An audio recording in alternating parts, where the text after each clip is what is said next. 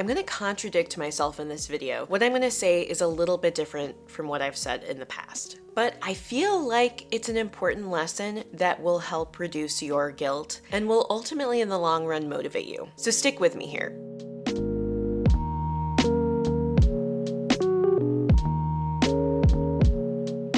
Lately, when I've been busy, I haven't stayed on top of the little tidying tasks there are around my house. And I've noticed my house has just been a little bit messier. And I think it's understandable. I'm not trying to be harsh on myself here. I do have a 5-month-old baby. But I do have like barren drawers in my dresser when there are multiple IKEA bags full of clean laundry just sitting in my room waiting to be put away. But they just continue to sit there and I just haven't gotten on top of it. That's one example of many. But lately I've been thinking, would you rather have a clean house and an empty life or a messy house with a full life? And I know in theory you shouldn't have to pick one or the other, but sometimes we just get overwhelmed and there's a lot and it's hard to say no to things that you're genuinely excited about. And in the long run, I would rather have a slightly messier house and have a lot going on in my life that I care about, that I'm passionate about, than to spend all my time worried about whether my house is clean. Especially because sometimes I think we can start to create ridiculous standards for how tidy we want our houses to be. Like I recently saw a reel where a creator I like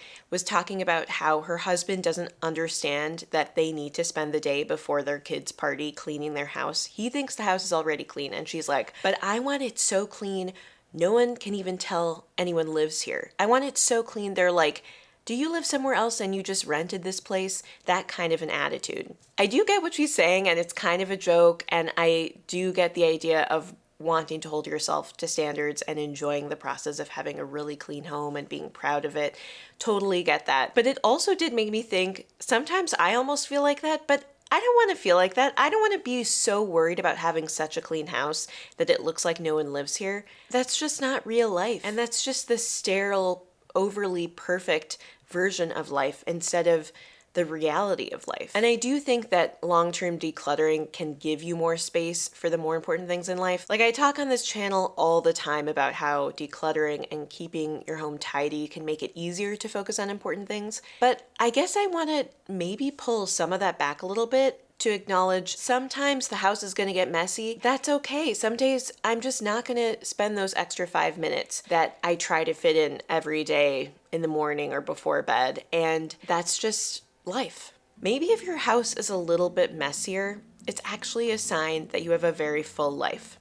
Now, maybe if you're overstressed and overwhelmed, it's a sign to cut back a little bit. And I do think that, clutter has been shown to be linked with stress, so maybe it still is worth addressing in the long run, but I don't think it's the worst thing. So I have another takeaway for this video, or another couple that are a little bit mind-bending, or at least a little bit different from what I normally say, so please stick around for that. But I thought for fun, I would open a box with you. I received this box recently from Merit, and this video is not sponsored. In fact, I haven't worked with them for a little while. They were one of the first companies I did a sponsorship with, but I am somehow on their list of people to send new products to. And again, this is an example of slight procrastination. I've actually had this box for a couple of weeks and I thought it would be fun to open it together on here, but then I just didn't do it for a couple of weeks. So here we go. We're just gonna open it for fun. And I think what's kind of fun about it is it's like, I have no idea what's inside. Ooh, look at how pretty. It's just this pretty box in here. The collector brain in me is like, I could use this box for a lot. Look how pretty this is. I almost want to keep it.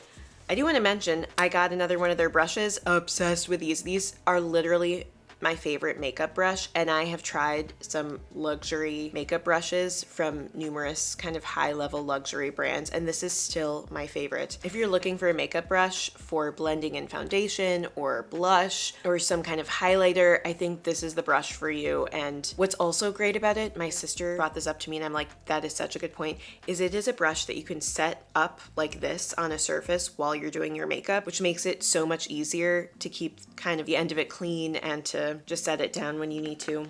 My favorite face product, the Instant Glow Serum, and their new priming moisturizer, which I've also tried. They already sent that to me again for free. It's amazing.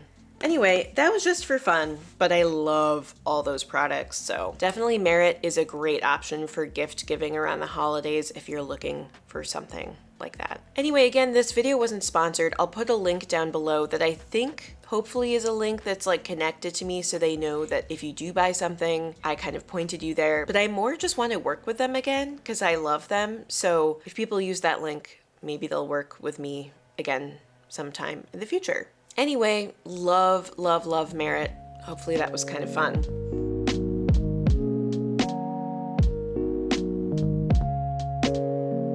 So another thing I want to reduce guilt about is not having plans or not having activities planned and just kind of being a blob sometimes. Like I was recently getting my hair cut and the hairdresser asked me, "What are your plans for the weekend?" And you know, you often are asked that, and so often my answer is, honestly, I don't have plans for the weekend. I always feel some level of guilt with that, but I'm kind of like, just because I don't have plans doesn't mean I don't do anything. Like just last weekend, Andy and I took our daughter to the sculpture garden in Minneapolis and walked around there and then stopped by the coffee shop at the Walker Art Center, and that was super fun and just like a cute little outing. But I didn't know I was going to do that until maybe the night before or the morning of. Sometimes it's those spur of the moment things that are the things that are most enjoyable. And I don't know, quite often when they ask, "What are your plans for the weekend?" they're just trying to make conversation anyway. Anyway, random thought, but that's something I want to reduce guilt around as well, as feeling like, have I planned enough fun activities for my daughter? Am I active enough? Am I exploring the world, doing things enough? And it's like, you know what? I am. I'm working really hard right now. I'm trying to fit in activities where I can. And if there are some days where I'm just a blob, that's okay. And then this last one is definitely different from what I've said in the past, but I've been thinking about it a little differently. Again, I happened upon this reel. Clearly I'm spending too much time just scrolling Instagram, but I saw this reel from a creator who kind of said, "Stop what you're doing. If you listen to anything I say, listen to this." And she started talking about having a sense of direction. And I actually continued to scroll past. I almost didn't want to hear it. I was like, ugh, I just don't need that right now. And I realized that's actually a topic I talk a lot about on this channel. I don't know, somehow being on the other end of it kind of rubbed me the wrong way, in that I'm like, who is she to tell me I need a sense of direction? I'm kind of overwhelmed, and right now, I don't really know if I have a sense of direction. I've lived so much of my life focused on the future and planning. When I was younger, it was all about getting into college and getting into a college that I was really excited about. Then it was about preparing to apply to PhD programs in clinical psychology and doing everything I could to plan for that. Then once I was in that program, it was like, I need to get to the end of it and I need to finish my master's thesis and I need to finish my dissertation and I need to give therapy to my clients because it was a clinical psychology program where you do that. I also need to take classes and I need to just get this done. I need to do it in a way that will open up opportunities for jobs or postdocs after, and I was so focused on that sense of direction of what's next. I think that as a result, I didn't slow down and realize that I wasn't fully happy in the path that I had picked, which ultimately led to my career change. I don't know, I feel so often like we are pressured by people who are above us in whatever field we're in to have this strong sense of passion. I think that's something that, at least here in the US, is such a cultural phenomenon, especially, I mean, in certain bubbles. I'm sure there are subcultures within the US where this isn't as much of a thing, but at least in the culture that I have existed in, I have felt this pressure to have this deep sense of career direction and inspiration and passion. It's like you're always supposed to, on your cover letters or on your applications, you're supposed to have this sense of passion and direction. And I'm feeling that way again right now because I feel like on a personal level, I'm kind of at this crossroads where I'm trying to decide what direction I want to go, which creative projects I want to work on. I'm working right now full-time on a podcast and audio documentary on a totally different topic than this YouTube channel. Maybe at some point when it's going to come out, I'll tell you more about it. But it's something I'm super passionate about. I've really enjoyed it, but it has been intense. But I'm also looking toward the future and thinking, what do I want? Do I want to be doing smaller projects and having a more piecemeal career? Do I want to do one big project and focus on that and do another podcast? Do I want to spend some time focusing more on YouTube and also doing more of the childcare for my daughter and slowing down a little bit? I'm not sure what I want to do, and this project is finishing up in about a month, and I'm just not sure.